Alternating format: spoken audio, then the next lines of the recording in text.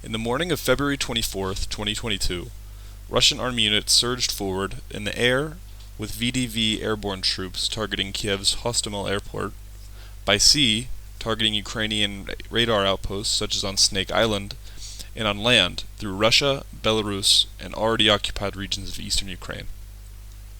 One factor aiding in their rapid advance in this stage of the war was the use of unguided munitions, most notoriously among them cluster munitions.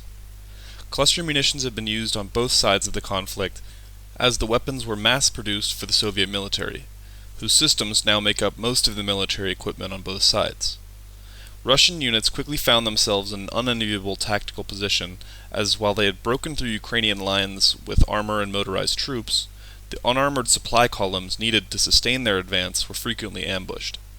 The resulting withdrawal of these Russian salients back to a more defensible front line in the east and along the Dnieper River in the south has now produced a situation where Ukraine has the initiative and is beginning a counteroffensive to drive Russian invaders out of their country. Heavily dependent on material support from their NATO benefactors, Ukraine has benefited from several advanced weapon systems like the American HIMARS rocket system and British NLAW anti-tank system. However, these systems are very expensive, and NATO leaders must continually evaluate the level to which they will support Ukraine in the war amid mounting pressure from individuals more concerned with their country's domestic affairs. In the midst of this question, the U.S. government has announced that it will be sending a form of cluster munitions known as DPICMs, or Dual-Purpose Improved Conventional Munitions. These are essentially cluster bombs packed into an artillery round, which, shortly before impact, the shell bursts open and drops between 88 to 76 bomblets, which in theory should explode when they hit the ground. While they are frowned upon by humanitarian groups worldwide for the danger they can pose to civilians, these munitions are a viable means of supporting the Ukrainian war effort. This is seen in three main aspects. One, they are some of the only artillery munitions the U.S. has available in large numbers currently. Two, they minimize cost, meaning NATO can afford to support Ukraine for longer. And three, it is highly likely that Ukrainian-fired DPICMs won't have the same civilian impact that we have seen from Russian-fired or prior historical examples of cluster munitions. The Ukrainian and Russian armies, both successors to the Soviet army, share a considerable amount of DNA, and no trait from that common parent shows more than the centrality of artillery.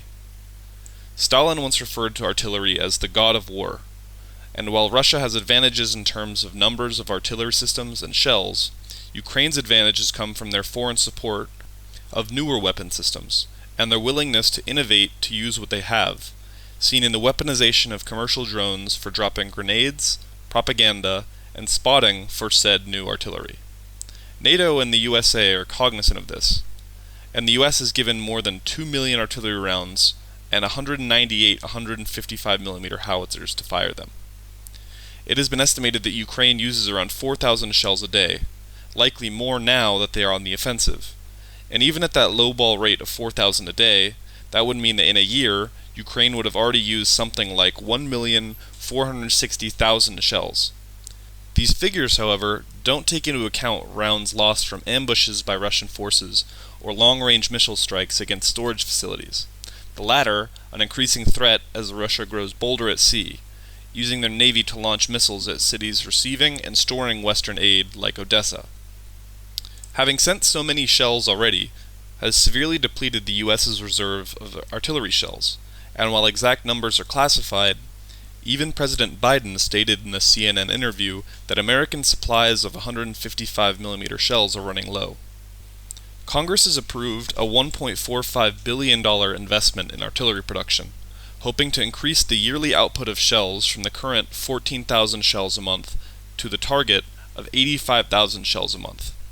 This is a watershed moment in U.S. defense policy, as production in these numbers have not been seen since World War II. Ukraine, however, still needs shells to continue checking Russian buildups and to clear the way for their ongoing counteroffensive, putting the U.S. in a tough position politically, where they want to keep supporting the Ukrainian artillery, however, must begin to evaluate alternative ammunition. This brings us to cluster munitions. While Rhode Island-based munitions company Textron has stopped producing DPICMs in 2016 amid public backlash for civilian casualties caused in Iraq, According to a 2004 Department of Defense report to Congress, the U.S. at the time had a stockpile of 5.5 million cluster munition shells. President Biden, in light of the lack of standard ammunition, approved the transfer of these cluster munitions to Ukraine as a stopgap solution until standard high-explosive munitions are online at a level to support Ukraine. While Zelensky has been pleading for these cluster weapons for a long time, it is far from the only weapon NATO could be providing him with, and weapons systems like the British NLAW shoulder-fired anti-tank rocket and American HIMARS systems have been appraised for their effectiveness by Ukrainian servicemen. It would be a fair observation to question the ethicality of sending weapons like cluster shells when NATO has more advanced weapons, which are in some cases closer to Ukraine at American bases around Europe, such as the Abrams tank or F-16 fighter jet. This observation, however, fails to factor in one key aspect of war: economics. While HIMARS rockets have been very effective in hitting Russian supply depots, limiting Russian capabilities at the front line, a HIMARS rocket costs somewhere around $250,000, and a high-explosive 155mm shell costs between $2,000 and $3,000. Given the price of these weapons, Ukraine must evaluate whether the target is worth such a cost, given the majority of Russia's forces are using old or cheap weapons and vehicles. This cost-benefit analysis often leaves Ukrainian forces waiting for more valuable targets of opportunity. This is the niche of cheaper, more plentiful munitions, which can be utilized with more freedom, and in turn, meaning Ukraine can generate more attrition for the numerically superior Russian forces. While no price has been released for the transfer of DPICMs to Ukraine, it's entirely likely that the U.S. charged substantially less than the going rate for a standard high-explosive shell, given the U.S. cleared their inventory of these weapons designed in the 80s and the bad press accompanying them. This bad press is not limited to NGOs and enemy states either. NATO members such as Canada or Spain were quick to denounce the Biden administration's move to send cluster weapons to Ukraine. Considering sending these weapons is a temporary solution brought on by limited supply and the high cost of sending alternatives, it is rich that NATO members criticize the decision made out of necessity to support Ukraine, while both nations, Canada and Spain, consistently fall below the agreed-upon minimum defense budget of 2% of their GDP. Spain spending around 1.37%, and Canada spending just 1.29%. In Spain's case, their delivery of 10 German-made Leopard 2 tanks was delayed almost a year after the discovery that corners had been cut in their maintenance funding and none were combat-ready. Munitions like DPICMs were banned by signatory states in the 2008 Convention on Cluster Munitions for the issue of bomblets not detonating on impact, leaving behind live explosives which can be detonated by anything from temperature change to being disturbed by wildlife or civilians. Among the states which did not sign were Russia, Ukraine, and the United States. And since the start of the war in Ukraine, Russia and Ukraine have used them. Ukraine has been requesting DPICMs for a while from the U.S., however the U.S. had been denying them on ethical grounds. The U.S. only relented after Ukrainian Defense Minister Reznikov outlined a 5-tiered outline for their use and recovery. Retired U.S. Army Lieutenant Mark Hartling outlined this agreement in an interview for NPR.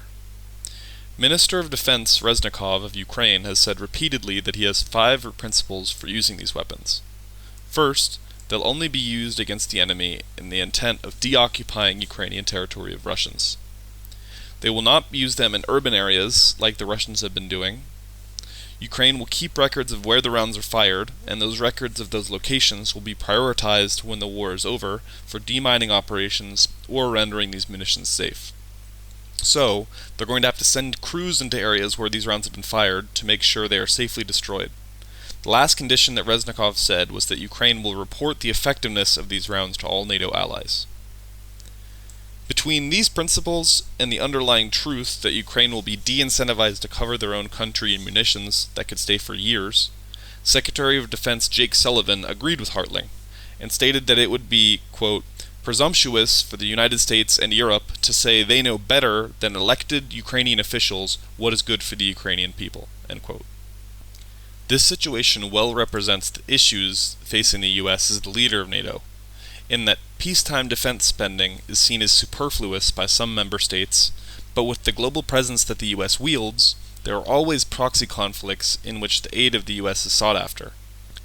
Even in such a situation, the transfer of cluster munitions was a decision made from scarcity of normal ammunition, and one not made lightly without corresponding concern for civilian collateral damage.